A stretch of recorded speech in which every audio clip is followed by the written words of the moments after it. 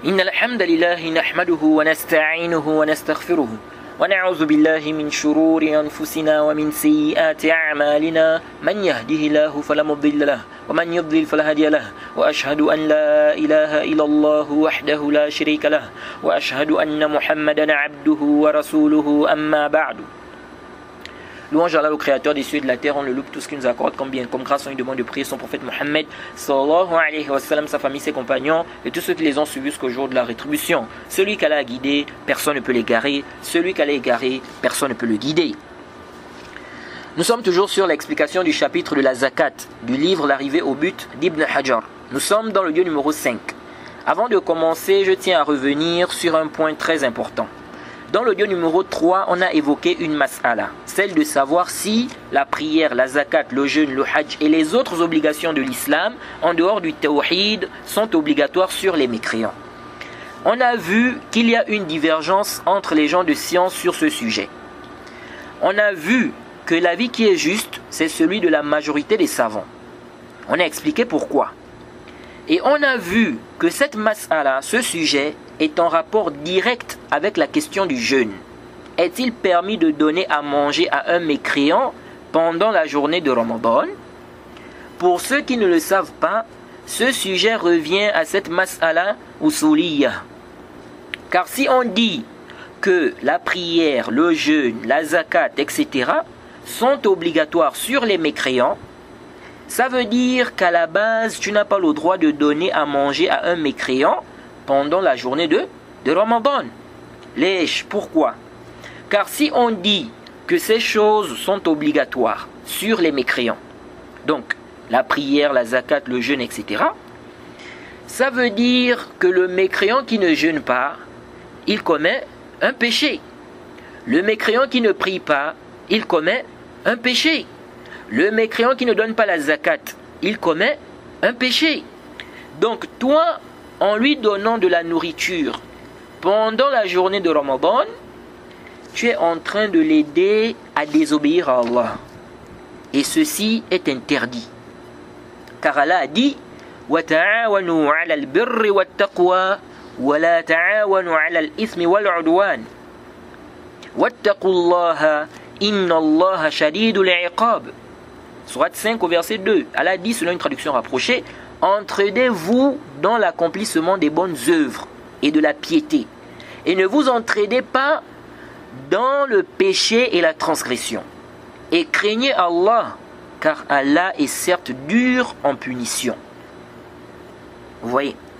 Donc, tu n'as pas le droit d'aider la personne à désobéir à Allah. Et si on dit que la prière, la zakat, le jeûne, etc. ne sont pas du tout obligatoires sur les mécréants, alors en leur donnant de la nourriture pendant la journée de Ramadan, tu n'es pas en train de les aider à désobéir à Allah, étant donné que ce n'est pas obligatoire sur eux. Donc ils ne commettent pas de péché ici. Alors, je me suis rendu compte qu'on a omis de réfuter un argument avancé par ceux qui disent que la prière, la zakat, etc. ne sont pas du tout obligatoires sur les mécréants. Ils se sont basés sur le hadith de Muaz, donc parmi les arguments. Et ils disent que si le mécréant n'atteste pas, sa prière n'est pas valide. Le jeûne aussi. Vous voyez? Alors, intabihuhuna. Je crois qu'on avait déjà refuté cela. Mais je crains que ceux qui vont écouter le cours et qui ne savent pas qu'on a déjà refuté cela restent avec l'ambiguïté. Alors, tout d'abord, nous disons la non-validité de l'acte n'implique pas la non-obligation. La non-validité de l'acte n'implique pas la non-obligation. La preuve de cela, on a par exemple le cas de celui qui est en état d'impureté majeure. Et c'est l'heure de la prière. La prière est obligatoire sur lui, oui ou non? Sans aucun doute, la prière est obligatoire sur lui. Mais s'il prie avant de faire le ghusl janaba, sa prière est valide? sa prière n'est pas valide. Vous voyez? Pourquoi elle n'est pas valide? Parce qu'il n'a pas réuni les conditions de validité. C'est l'heure de la prière. Quelqu'un n'a pas les ablutions. La prière est obligatoire sur lui, oui ou non? La prière est obligatoire sur lui. Jade. Mais s'il prie dans cet état-là, donc sans faire les ablutions, sa prière est valide, sa prière n'est pas valide. Vous voyez? Donc, la non-validité n'implique pas, la non-validité de l'acte n'implique pas la non-obligation. Ce n'est pas parce qu'on dit que tel acte n'est pas valide que ça veut dire que cet acte n'est pas obligatoire.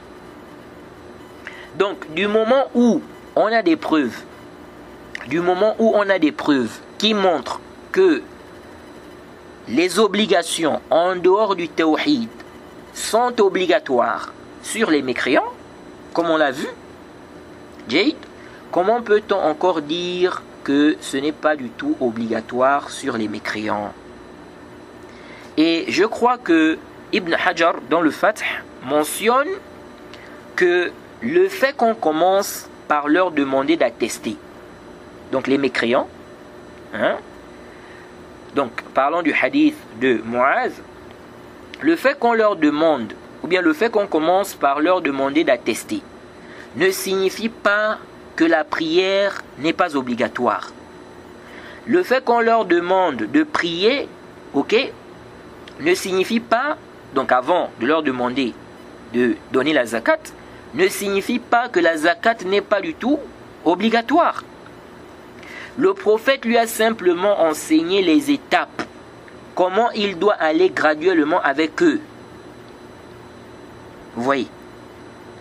Et le fait qu'on dise que tout ce qu'ils vont faire comme acte n'est pas valide s'il n'y a pas l'attestation de foi, le tawhid, ne signifie pas que ces actes-là ne sont pas du tout obligatoires, si on a des preuves de leur obligation. Vous voyez? Ça veut plutôt dire que le tawhid, n'est-ce pas, est la condition de validité de leurs actes. Vous voyez? Donc, les actes-là sont conditionnés par le tawhid. Ok? Les actes-là sont conditionnés par le tawhid. Mais ça ne veut pas dire que ces actes-là ne sont pas du tout obligatoires. Ce n'est pas parce que les ablutions font partie des conditions de validité de la prière que la prière n'est pas obligatoire. Donc si on dit que le tawhid est la condition de validité, n'est-ce pas, des actes, ok, ça veut dire que ces actes-là ne sont pas du tout obligatoires? Non. On dit les ablutions font partie des conditions de validité de la prière. Ça veut dire que la prière n'est pas du tout obligatoire parce que la prière est conditionnée par les ablutions? Non. Est-ce que vous suivez? Donc ce n'est pas du tout un argument. Ce n'est pas du tout un argument de dire que sans le tawhid, n'est-ce pas, leurs actes ne seront pas valides. Donc ça veut dire, n'est-ce pas, que ce qui est obligatoire c'est le tawhid. Nous disons oui, le tawhid est obligatoire, mais ce n'est pas que le tawhid. Les actes là aussi, ces actes qui sont obligatoires, sont obligatoires. Jade. Et le fait que le tawhid soit la condition de validité de leurs actes n'implique pas la non-obligation de ces actes-là, qui sont conditionnés par le tawhid. Comme le fait que les ablutions, ok, le fait que les ablutions fassent partie des conditions de validité de la prière n'implique pas la non-obligation de la prière. Je ne sais pas si je me suis fait comprendre. Jade. Donc il n'y a pas d'ishkal dans le fait que dans le hadith de Muaz, on leur demande d'abord d'attester, ensuite on les informe du caractère obligatoire de la prière, puis, n'est-ce pas, la zakat. Il n'y a aucun ishkal ici. Donc le fait qu'on demande d'abord d'attester ne signifie pas que ce qui va suivre, ok, après leur attestation n'est pas du tout obligatoire. Mais ça montre plutôt qu'on va avec eux de façon, n'est-ce pas, on va avec eux graduellement. Alors revenons maintenant où on s'est arrêté. On était en train de parler de ceux qui doivent bénéficier de la zakat. Et on a cité déjà certaines catégories. Parmi les catégories donc de ceux-là qui doivent bénéficier de la zakat, on a l'affranchissement des jougs. L'affranchissement des jougs. Il s'agit de quoi exactement? Celui qui paye pour être libre, ok, il a droit, n'est-ce pas, à la zakat. On peut lui donner la zakat afin qu'il paye, n'est-ce pas, afin qu'il paye pour être libre. On peut directement lui donner ou bien on donne à son maître. Car le verset est général. On a dit l'affranchissement des jougs. On n'a pas dit comme pour le cas des pauvres. On a dit pour les pauvres, pour les indigents. Donc on leur donne. Mais là on a dit l'affranchissement des jougs. C'est général. Donc on peut donner directement à l'esclave. Ok, on lui donne la zakat afin qu'il paye pour être libre. Ou bien on donne directement à son maître. Jade. Donc on a le cas de celui à qui on donne la zakat. Donc celui qui paye pour être libre. Donc on lui donne la zakat afin qu'il paye. On a aussi le cas des musulmans, Jade, qui sont des esclaves chez les mécréants. On peut prendre de l'argent de la zakat pour leur donner afin qu'ils payent pour être libres. Jade. Après, est-ce que le cas des prisonniers rentre aussi là-dedans? Certains savants font rentrer le cas des prisonniers là-dedans. Wallahu a'lam, elle est le plus savant. Donc des musulmans par exemple qui sont prisonniers chez des mécréants. Alors, de même, quelqu'un qui veut acheter un esclave afin de le libérer, afin de le libérer. Car il se peut que l'autre ne veut pas, il refuse par exemple de libérer l'esclave. Jade. Donc toi, tu veux l'acheter pour le libérer. Tu as le droit, par exemple tu atteins le nisab, Jade, tu as le droit de prendre dans ton argent, ok, dans le nisab là, la somme qu'on récupère ou bien la somme qu'on donne pour la zakat, la somme exacte ou plus, ça dépend. Tu achètes l'esclave, ensuite tu le libères. Jade, ceci est suffisant. Tu as donné ta zakat. Est-ce que vous suivez? Alors, il y a une divergence entre les savants par rapport à ce cas-là. Ok? Mais, l'avis qui est juste, c'est que ce cas-là rentre dans l'affranchissement des jougs. Jade. Parce que c'est général. On a dit l'affranchissement des jougs. Ok? Donc, je peux, avec l'argent de la zakat, acheter un esclave, puis le libérer. Tout ça, ça rentre dans l'affranchissement des jougs.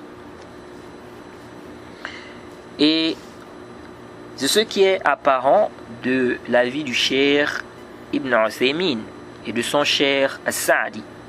Car on a dit wafir riqab. Donc c'est général. On n'a pas dit walir riqab. Vous voyez. Ensuite, on a ceux qui sont endettés. Il s'agit de qui? Il s'agit de ceux qui sont endettés et qui sont incapables de rembourser leurs dettes. Comme le dit Ibn Qudama dans le Mourni, au tome 9, à la page 323. Donc, celui qui est endetté, mais qui peut rembourser ses dettes, on ne doit pas lui donner la zakat. Il n'a pas droit à la zakat. Wallahu a'lam. Jade. Par exemple, quelqu'un travaille. Il a un salaire chaque mois. Et ce salaire-là lui suffit. Ce salaire-là lui suffit et il est par exemple endetté, mais il peut rembourser sa dette avec son salaire. Ça ne lui cause aucun problème. Celui-là ne rentre pas dans ceux-là qui sont endettés et qui doivent bénéficier de la zakat. Jade. Ensuite, il faut savoir que ceux qui sont endettés là et qui peuvent bénéficier de la zakat sont de deux catégories. On a ceux qui se sont endettés pour leurs intérêts personnels. Jade. Dans ce qui est licite. Par exemple, quelqu'un emprunte de l'argent pour se faire soigner, pour un besoin, comme le commerce. Ensuite, il tombe en faillite. Et il se retrouve dans une situation où il ne peut plus rembourser. Celui-là peut bénéficier de la zakat. Deuxièmement, on a ceux qui se sont endettés pour l'intérêt des musulmans. Ceux qui se sont endettés pour l'intérêt des musulmans. Par exemple, il y a un combat entre deux groupes de musulmans. Ils rentrent pour les réconcilier.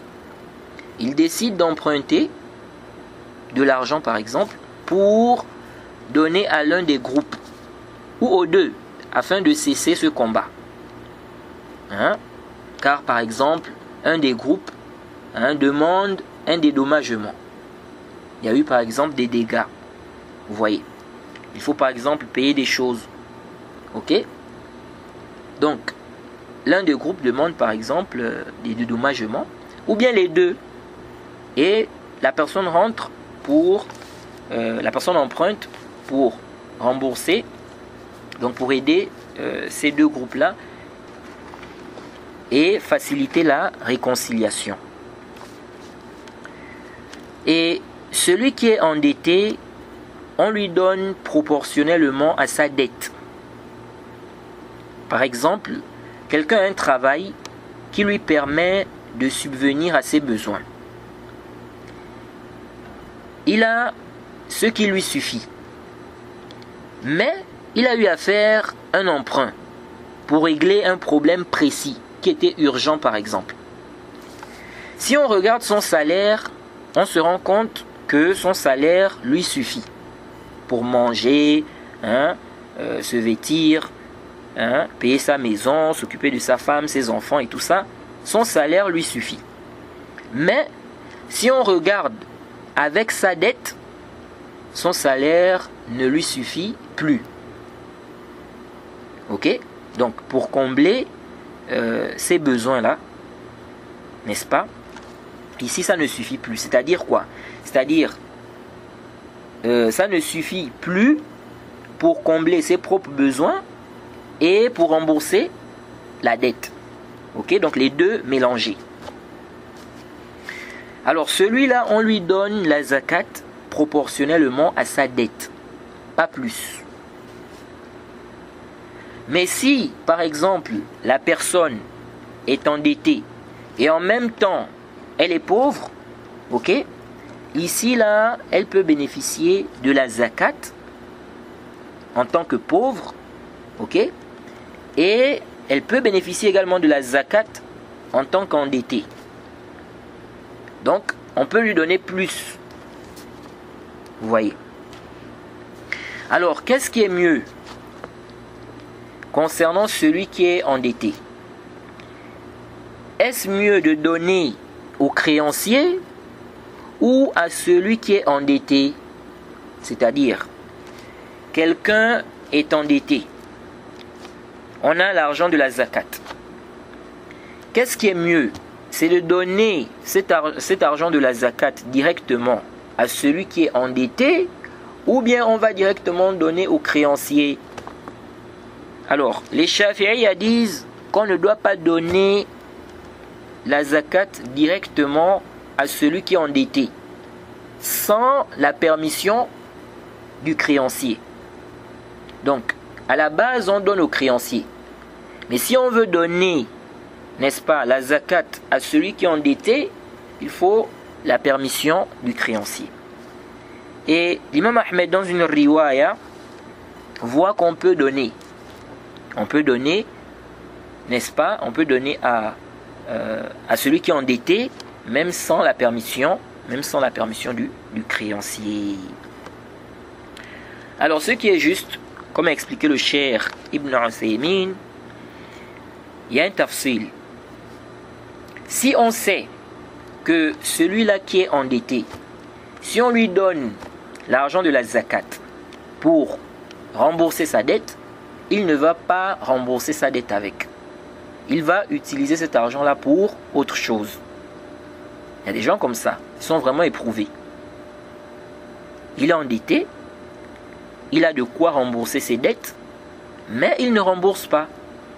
Il préfère, n'est-ce pas, faire autre chose avec ce qu'il a, qui lui permet normalement de rembourser ses dettes. Donc si on sait que celui-là, si on lui donne la zakat, il ne va pas rembourser sa dette, mais il va utiliser cet argent pour autre chose, par exemple. Ici, là, on va donner directement au créancier. Ok? Par exemple, on peut arriver, on dit, bon, il nous est parvenu qu'un tel te doit. Voilà. Tiens. Voilà ce qu'il te doit. On donne. Jade. Donc, on donne la zakat ici. Ok? Donc, par exemple, tu as entendu qu'un tel est endetté. Tu as le nisab. Tu as atteint le nisab. Ok? Tu veux faire sortir ta zakat. Tu sais que qu'il doit par exemple telle somme. Ok? Et tu connais le créancier. Tu peux directement aller voir le créancier et tu lui donnes, n'est-ce pas, ce que l'autre doit. Ok?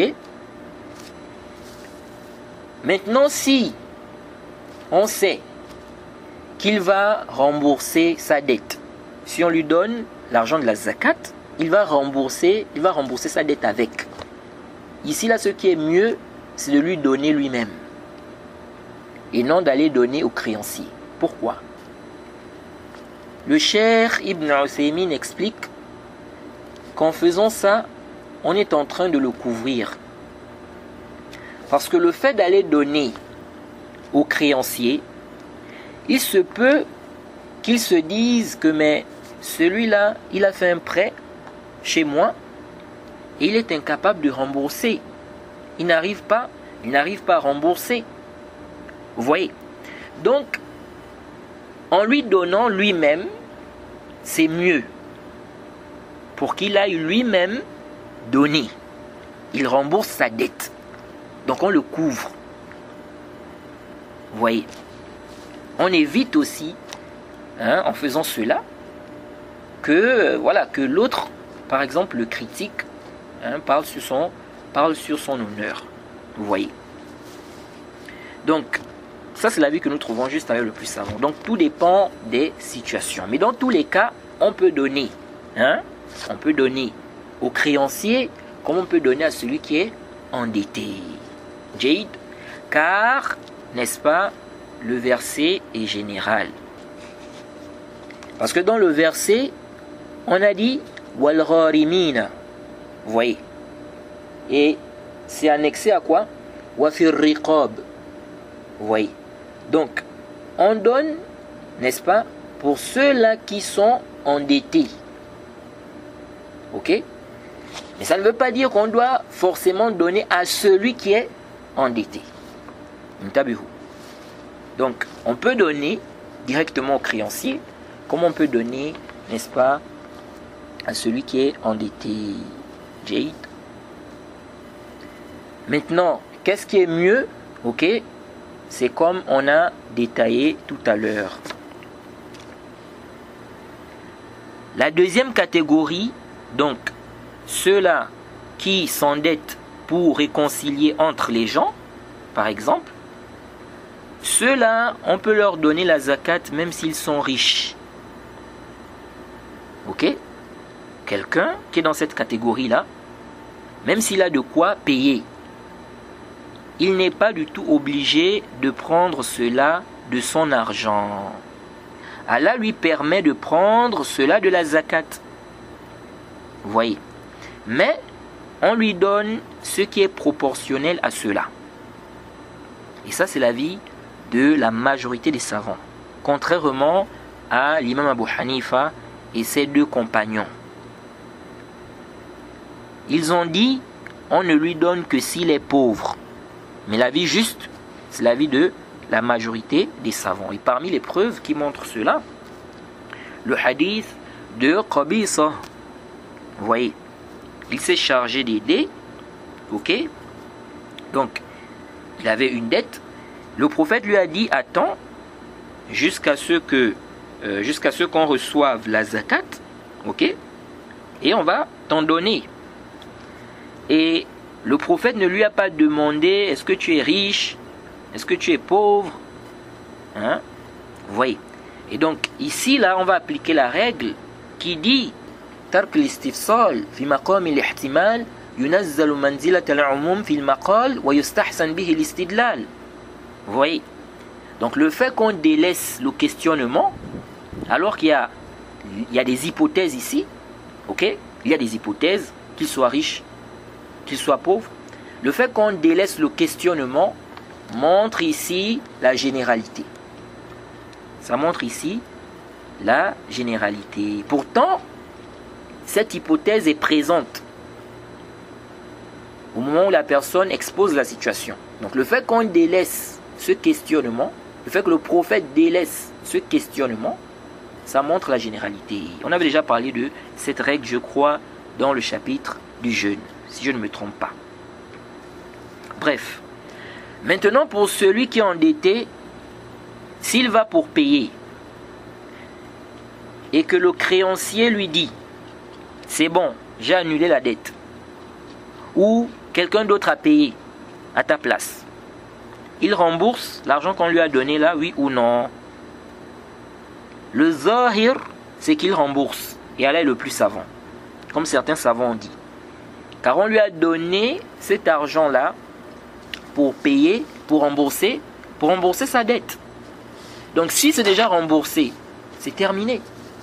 Si c'est déjà remboursé, c'est terminé. Donc il fait quoi? Il rembourse cet argent-là. Un point qui est important aussi à comprendre ici, dans ce sujet, si quelqu'un emprunte pour faire du haram, ou encore il emprunte dans le haram, on lui donne l'argent de la zakat, oui ou non? Par exemple, quelqu'un va emprunter pour consommer de l'alcool ou pour se droguer. Après, il est incapable de rembourser. Ou quelqu'un joue au jeu de hasard. Il perd son argent là-bas.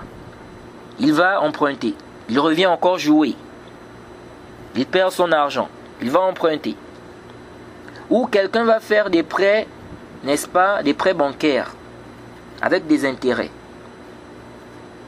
Ou bien il voyage pour du haram. Il prend l'argent, il emprunte pour voyager, pour faire ce qui est haram. Tous ces endettés-là n'ont pas droit à la zakat. Ok? Tous ces endettés-là n'ont pas droit à la zakat.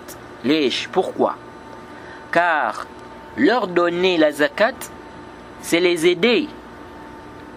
Vous voyez, c'est les encourager au haram.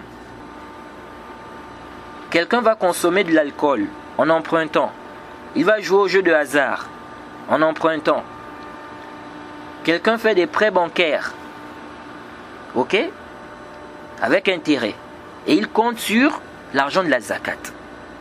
Donc l'aider, lui donner en fait de l'argent de la zakat, c'est une façon de l'aider, de l'encourager. Parce qu'il va aller comme ça, il va prendre des prêts pour consommer de l'alcool, il va prendre des prêts pour jouer aux jeux de hasard, il va prendre des prêts bancaires avec intérêt et il compte sur l'argent de la zakat. Donc nous, lorsqu'on lui donne, on est en train en fait de l'encourager, de l'aider, de lui faciliter dans la désobéissance. Et ce n'est pas permis. Allah a dit وَتَعَاوَنُوا عَلَى الْبِرِّ وَالتَّقْوَى وَلَا تَعَاوَنُوا عَلَى الْإِثْمِ وَالْعُدْوَانِ وَاتَّقُوا اللَّهَ إِنَّ اللَّهَ شَدِيدُ الْعِقَابِ. Sourate 5 au verset 2. On a vu ce verset. Allah dit, selon une traduction rapprochée, entredez-vous dans l'accomplissement des bonnes œuvres et de la piété, et ne vous entredez pas dans le péché et la transgression, et craignez Allah, car Allah est certes dur en punition. Vous voyez. Maintenant, s'il se repent, ici il y a deux avis chez les Hanabila, mais l'avis qui est juste, et Allah est le plus savant, c'est qu'on lui donne. Car ici, il s'est repenti. Par exemple, quelqu'un a fait un prêt bancaire avec intérêt. Après, il a regretté, vraiment, il s'est repenti. Vraiment, il a décidé de délaisser cela. Il s'est repenti, en un mot. Ici, on peut lui donner. On peut lui donner. Il va rembourser, n'est-ce pas, sa dette.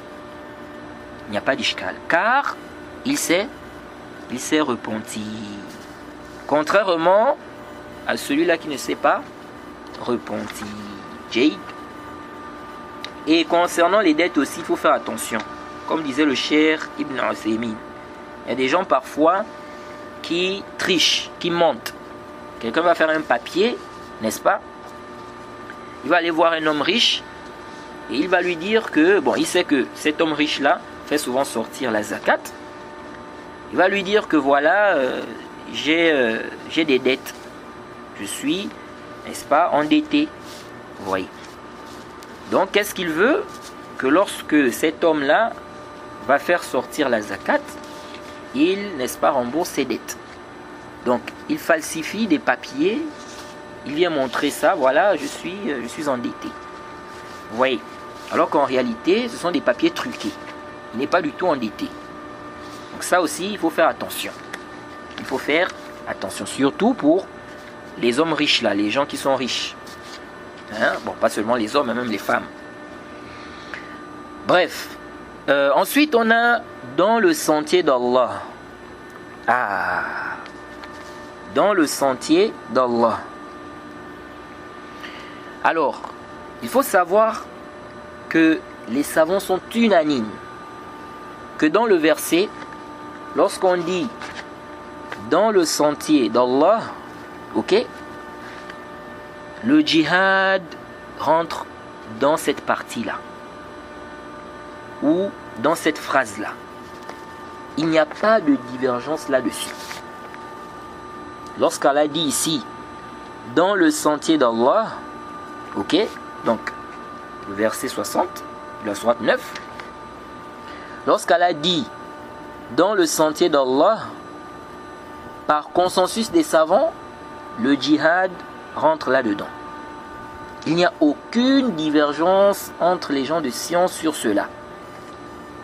Donc, ceux-là qui font le djihad,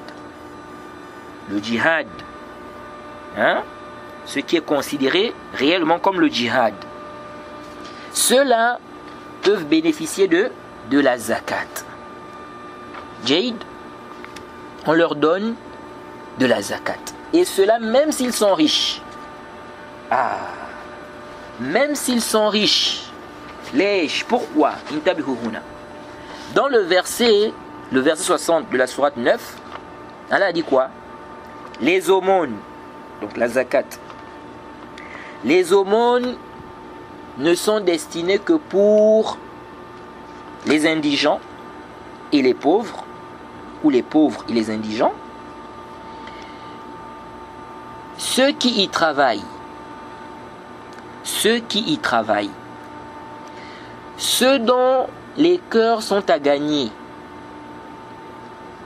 à l'islam, l'affranchissement des jougs. Ceux qui sont endettés dans le sentier d'Allah et pour le voyageur donc en détresse. Dans le verset, Allah a parlé des pauvres, des indigents. Ok? Donc ça veut dire quoi?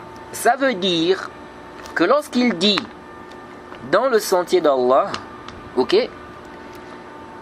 si on doit donner la zakat aux combattants, donc ceux qui font le djihad, ça veut dire qu'on peut leur donner même s'ils sont riches. Pourquoi? Parce que si c'est une condition qu'ils soient pauvres, pourquoi on les a cités ici?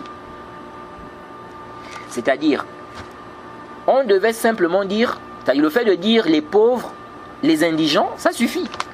Donc ça veut dire que tout celui qui est pauvre, indigent, il a droit à la zakat.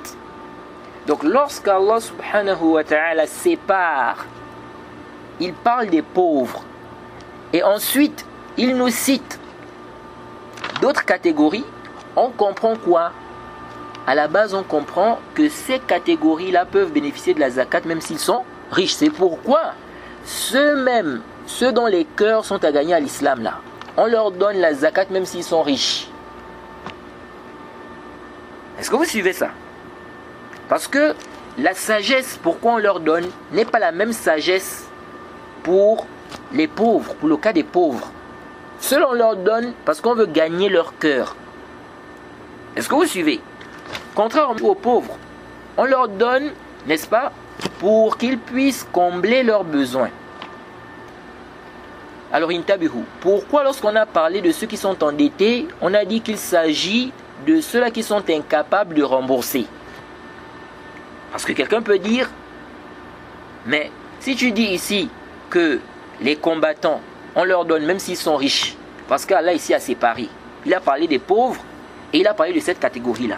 Mais pourquoi alors nous dire que ceux qui sont endettés, il s'agit de ceux-là qui sont incapables de rembourser? Quelqu'un peut aussi dire que comme on a séparé les pauvres de ceux qui sont endettés, ça veut dire qu'on donne à ceux qui sont endettés même s'ils sont riches. Nous disons non, on a regardé ici le sens. Parce que ceux qui sont endettés, quelqu'un peut avoir ce qui lui suffit. Ok? Comme on a expliqué. Maintenant, par rapport à une circonstance, il va emprunter. Lorsqu'il va emprunter là, quand on ajoute ce qu'il a emprunté, ok? Quand on ajoute ce qu'il a emprunté à ses dépenses quotidiennes, on se rend compte, ok, qu'il se retrouve dans une situation où il aura du mal à rembourser. Ou bien il se retrouve dans une situation où ce qu'il a ne lui suffit plus. Et donc celui-là, qu'est-ce qu'on va faire? On va l'aider à retourner dans sa situation en fait. Donc, qu'il retourne à la situation où il aura ce qui lui suffit. Qu'est-ce qu'on fait? On paye, n'est-ce pas? On rembourse sa dette. On rembourse sa dette. C'est pourquoi on a dit qu'on lui donne proportionnellement à sa dette. Donc, ceux qui sont endettés, on peut dire qu'Allah a cité cette catégorie à part, car il y a un sens qui est là en plus. Est-ce que vous suivez? Il y a un sens qui est là en plus. Wallahu a'lam, allez le plus savant. Dans le sentier d'Allah, on a dit, c'est général. Ceux-là qui travaillent pour la zakat, eux aussi on leur donne même s'ils sont riches. Car on leur donne à cause de leur travail. Ok? Donc on leur donne même s'ils sont riches. Vous voyez? L'affranchissement des jougs, on a déjà vu, on a détaillé qu'on donne, n'est-ce pas, ici par rapport à, c'est-à-dire qu'on donne au maître, ok, ou bien à l'esclave, pour qu'il puisse payer sa libération. Ok? Et on a aussi dit que quelqu'un peut acheter un esclave, ensuite le libérer. Donc ici, il n'y a pas d'ishkal. Donc, dans le sentier d'Allah, on dit ici, on dit qu'on peut donner n'est-ce pas, aux combattants, même s'ils sont riches. Donc on leur donne par exemple de l'argent pour qu'ils achètent des armes. Ok? On prend ça de la zakat. Vous voyez? Est-ce qu'on achète les armes nous-mêmes ou on doit donner l'argent aux combattants pour qu'ils achètent eux-mêmes? On peut nous-mêmes acheter. Quelqu'un a la zakat, ok? Il a le nisab, il fait sortir l'argent de la zakat, il achète des armes, il donne aux combattants. Il s'est acquitté de son obligation au sujet de la zakat. Comme il peut aussi donner directement aux combattants. Est-ce que vous suivez? Et en réalité, le zahir du verset montre qu'on peut donner la zakat, n'est-ce pas, pour tout ce qui a un rapport avec le djihad. Donc par exemple, si on a besoin des gens pour enseigner, n'est-ce pas, pour enseigner aux gens le combat, comment il faut combattre, etc. On peut donner, n'est-ce pas, de l'argent de la zakat à ces gens-là pour qu'ils enseignent. Ok? Tout ça, c'est dans le sentier d'Allah. Pourquoi on dit ça? Parce que dans le verset, on n'a pas dit de donner la zakat seulement aux combattants. Non, on a dit dans le sentier d'Allah. Et ici, les savants sont unanimes qu'il s'agit du djihad. Jade, déjà, le terme, quand on dit dans le sentier d'Allah, dans le Coran, le plus souvent, ce terme-là signifie quoi? Ça concerne le djihad. Le plus souvent. Jade. Donc nous disons, on a dit dans le sentier d'Allah. Donc si on dit qu'il s'agit du djihad, ça veut dire que tout ce qui a un rapport avec le djihad, on peut prendre de la zakat et donner. Vous voyez? C'est l'avis qui est juste le plus savant. C'est-à-dire que on peut donner l'argent de la zakat, n'est-ce pas, pour tout ce qui a un rapport avec le djihad. Jade. Le djihad qui est le combat. Maintenant, est-ce que la construction des mosquées, arranger les routes, tout bien rentre dans le terme, dans le sentier d'Allah? Alors, certaines personnes à notre époque ont fait une extension du sens de cette phrase-là, dans le sentier d'Allah, en disant qu'on peut donner la zakat pour construire les mosquées, pour arranger les routes. Tout ça, c'est dans le sentier d'Allah. Mais ça, ce n'est pas juste, sans aucun doute. Parce que si c'était ça qui était voulu, pourquoi avoir cité toutes ces catégories-là? On pouvait dire « Innama sadaqatu fi sabilillahi ». Est-ce que vous voyez? Donc, le fait qu'Allah cite plusieurs catégories, et toutes ces catégories-là, quand on regarde de manière générale, ça fait partie de quoi? Du sentier d'Allah. Est-ce que vous suivez? Le fait d'aider quelqu'un qui est endetté, le fait d'aider quelqu'un afin qu'il puisse être libre, le fait de donner, n'est-ce pas, de l'argent à ceux qui travaillent pour la zakat. Quand vous regardez tout ce qui a été cité dans le verset là, en réalité c'est dans le sentier d'Allah. Est-ce que vous voyez? Donc, pourquoi Allah a spécifié ces choses-là? Ça montre que la zakat, n'est-ce pas, ne doit pas du tout être donnée à tout ce qui est quoi? Considéré comme bien, comme bienfaisance. Soit disant que c'est dans le sentier d'Allah. Non, parce que Allah ici a précisé. Il y a des catégories spécifiques. Vous voyez? Donc cette restriction-là, quand il dit « innama », c'est une restriction là. Vous voyez?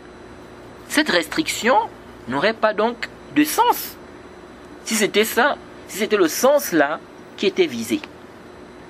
Vous voyez donc, tout bien.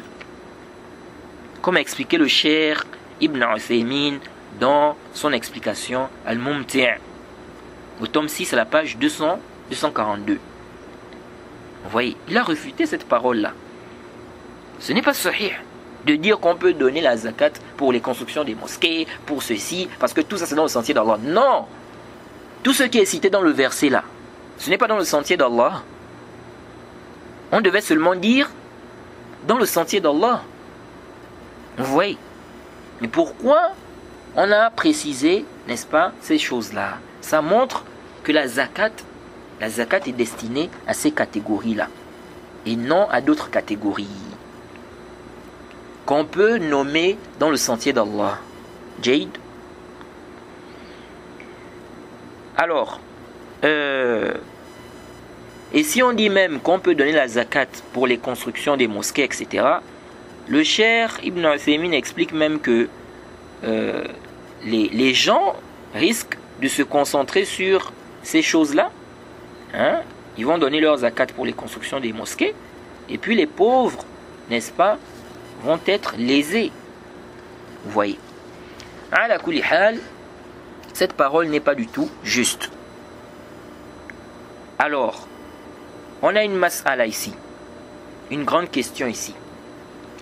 Lorsqu'Allah dit dans le verset 60 de la sourate 9, dans le sentier d'Allah, est-ce que le hajj est inclus? C'est-à-dire, quelqu'un veut faire le hajj.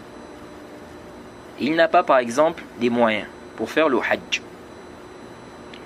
Est-ce que tu peux lui donner de ta zakat pour qu'il fasse le hajj? Est-ce que vous suivez? Alors, il y a une grande divergence entre les gens de science sur cette question. Une grande divergence entre les gens de science sur cette question. Alors, on va s'arrêter d'abord ici pour ce cours. Le cours prochain, on va revenir sur cette mas'ala. Et on va voir aussi, est-ce que les étudiants en sciences, les prédicateurs, rentrent dans le terme dans le sentier d'Allah? Jade, car ils font da'wa. Les étudiants en sciences, ils recherchent la science pour eux-mêmes et aussi pour transmettre la religion d'Allah. Donc, est-ce qu'ils font partie, est-ce qu'ils rentrent dans, n'est-ce pas, ce terme-là, lorsqu'on dit dans le sentier d'Allah? Je parle ici du verset 60 de la sourate 9. Donc, le cours prochain, Inch'Allah, on va revenir sur ces questions-là et on va terminer avec les catégories des personnes qui doivent bénéficier de la zakat ou qui peuvent bénéficier de la zakat. Mais avant de terminer, concernant la question du ijma', du consensus, pour qu'il n'y ait pas d'ambiguïté, lorsqu'on a dit qu'on n'a pas besoin du consensus au temps du prophète Mohammed sallallahu alayhi wa sallam, c'est-à-dire que les compagnons n'ont pas besoin du consensus car le prophète est là. Donc, s'ils ont un ishkal, ils viennent voir directement le prophète Mohammed sallallahu alayhi wa sallam. Jade, est-ce que ça veut dire, intabihu, est-ce que ça veut dire qu'il ne peut pas du tout y avoir un consensus au temps du prophète? Ça peut arriver. Le problème n'est pas là. Le problème, c'est est-ce un argument? Lorsqu'on dit que le ijma', le consensus, ou bien le consensus des compagnons, est un argument, qu'est-ce qu'on vise ici? Le consensus au temps du prophète ou bien après la mort du prophète Mohammed sallallahu alayhi wa sallam? Vous voyez? Ici, là, on dit le consensus qui est un argument, c'est le consensus après la mort du prophète Mohammed sallallahu alayhi wa sallam. Jade, il faut bien comprendre ça. Lèche, on a expliqué pourquoi. dans l'audio précédent. Et parmi les arguments qui montrent que le consensus qui est un argument, c'est celui-là qui est après la mort du prophète Mohammed sallallahu alayhi wa sallam, c'est que les gens de science, lorsqu'ils traitent la question du hadith, dans les hadiths où on dit, où les compagnons disent, on faisait ceci au temps du prophète, on faisait cela au temps du prophète. Qu'est-ce que les gens du hadith, qu'est-ce que les gens de science disent par rapport à cela? Ils te disent que ce récit a le hukm rafa', c'est-à-dire que ça le jugement de ceux qui remontent jusqu'au prophète. Donc ils ne prennent pas ce récit pour te dire que non, ijma'. Non, ils prennent ce récit pour te dire que ce qui a été cité dans le récit, ok, est donc autorisé. Le dalil, c'est que les compagnons ont fait cela au temps du prophète et Allah n'a pas fait descendre une révélation pour interdire cela. Le prophète n'a pas interdit cela. Si on dit le prophète ne savait pas, mais Allah savait. Donc, si ce n'était pas bien, Allah devait faire descendre, n'est-ce pas, une révélation pour dire que c'est interdit. Vous voyez. Donc, les gens de science te disent que ça, le hukm rafa', c'est-à-dire que ça, le jugement de ceux qui remontent jusqu'au prophète.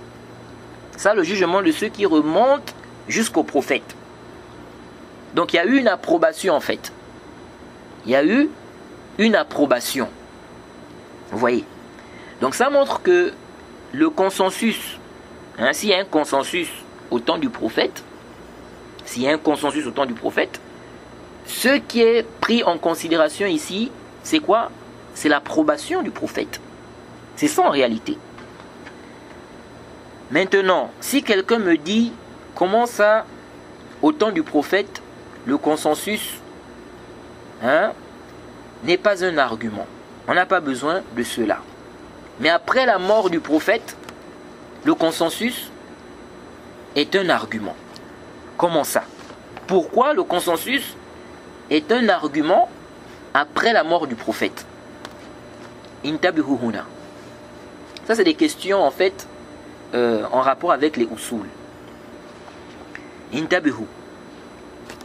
Si les compagnons sont unanimes au temps du prophète Mohammed sallallahu alayhi wa sallam jusqu'à sa mort, Jayd, c'est-à-dire ils sont unanimes du temps du prophète. Le prophète est mort. Ils sont toujours unanimes sur leur position là. Ils sont morts, ok? Nous disons que ceci est la preuve que leur position là est la vérité.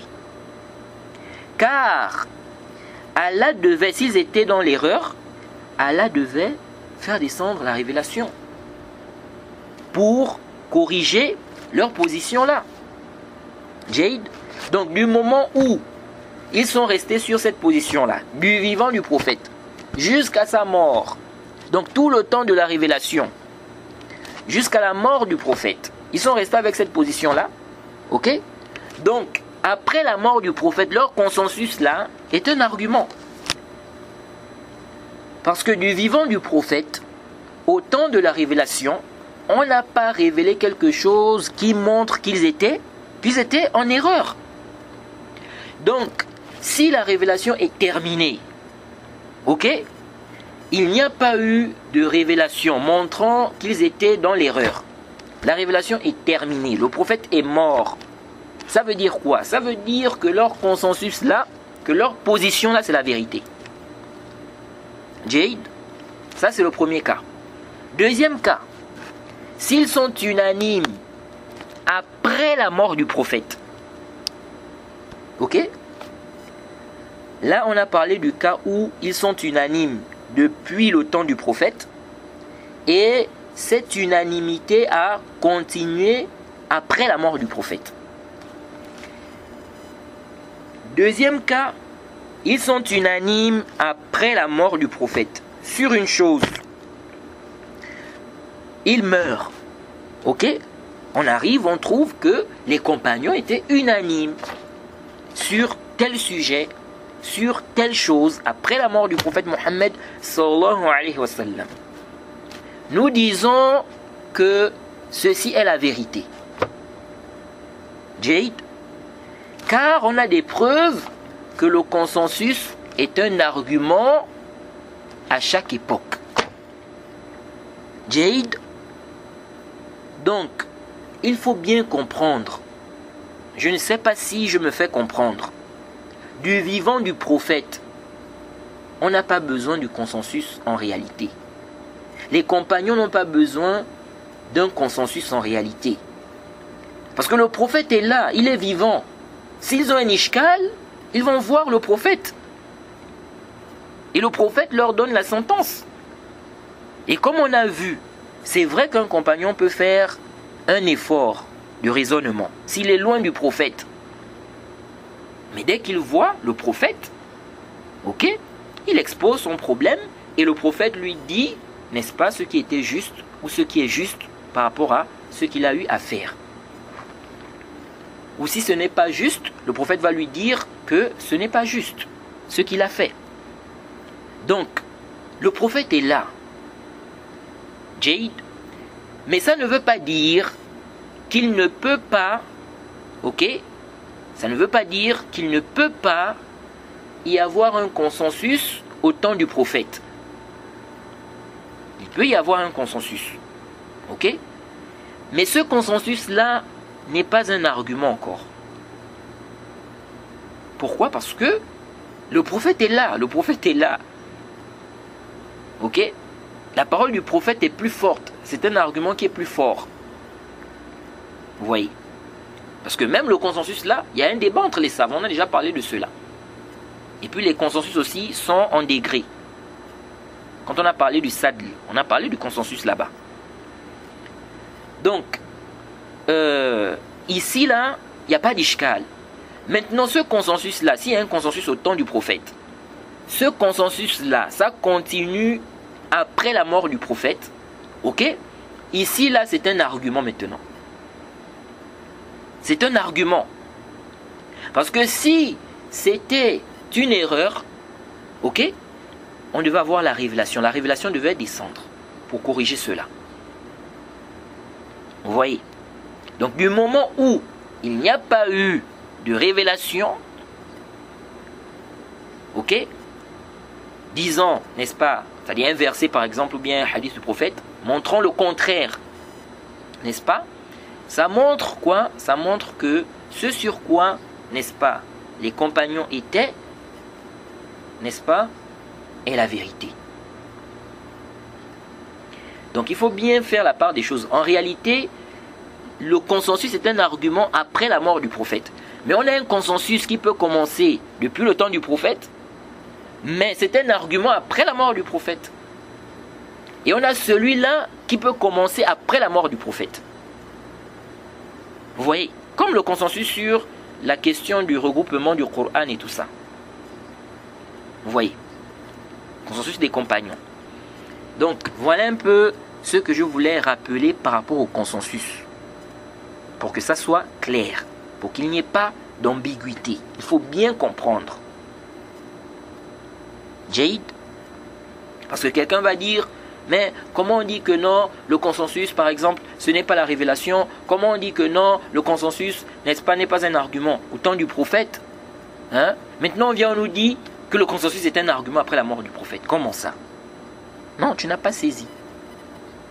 Donc il faut bien comprendre. Jade. Et le Cheikh Ibn Uthaymin a bien expliqué, il a bien expliqué aussi ce point-là. Hein? La question du consensus, n'est-ce pas, après la mort du prophète ou bien avant la mort du prophète Mohammed sallallahu alayhi wa sallam. Je crois que c'est dans son livre des Usul, hein? Al-Usul, min ilm al-Usul. Et qu'Allah nous facilite, c'est même c'est le livre, je crois que c'est le premier livre qu'on va prendre pour étudier dans les Usul. Je suis en train de voir, qu'Allah nous facilite en tout cas, qu'il nous accorde le temps, hein, qu'il nous accorde du temps libre et la motivation aussi, et qu'il nous accorde la sincérité.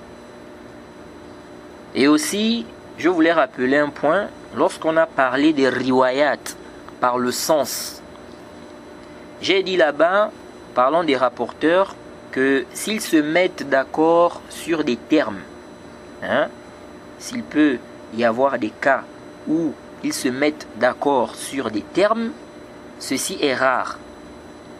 En fait, je trouve que je n'ai pas trouvé la bonne expression par rapport à ce que je voulais dire. En fait, la bonne expression par rapport à ce que je voulais dire, c'est si leurs termes concordent.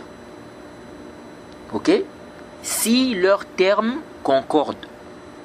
Donc sans qu'ils ne se soient, n'est-ce pas, mis d'accord. Parce qu'en fait, quand on dit s'ils se mettent d'accord, on peut comprendre que voilà, bon, qu'ils se sont par exemple retrouvés, et puis voilà, bon, ils ont dit on va utiliser tel terme. Vous voyez? Non. Ce qui est visé ici, c'est-à-dire que leurs termes concordent. Ok? Ce qu'ils ont dit concorde, sans qu'ils ne se soient regroupés pour, n'est-ce pas, se mettre d'accord sur l'utilisation d'un terme précis. Jade, j'espère que j'ai été clair, et on s'arrête ici. On demande qu'Allah nous facilite, qu'il nous accorde la compréhension de sa religion. Wa subhanaka lahumma bihamdik wa ashhadu an la ilaha illa anta astaghfiruka wa atubu ilayk.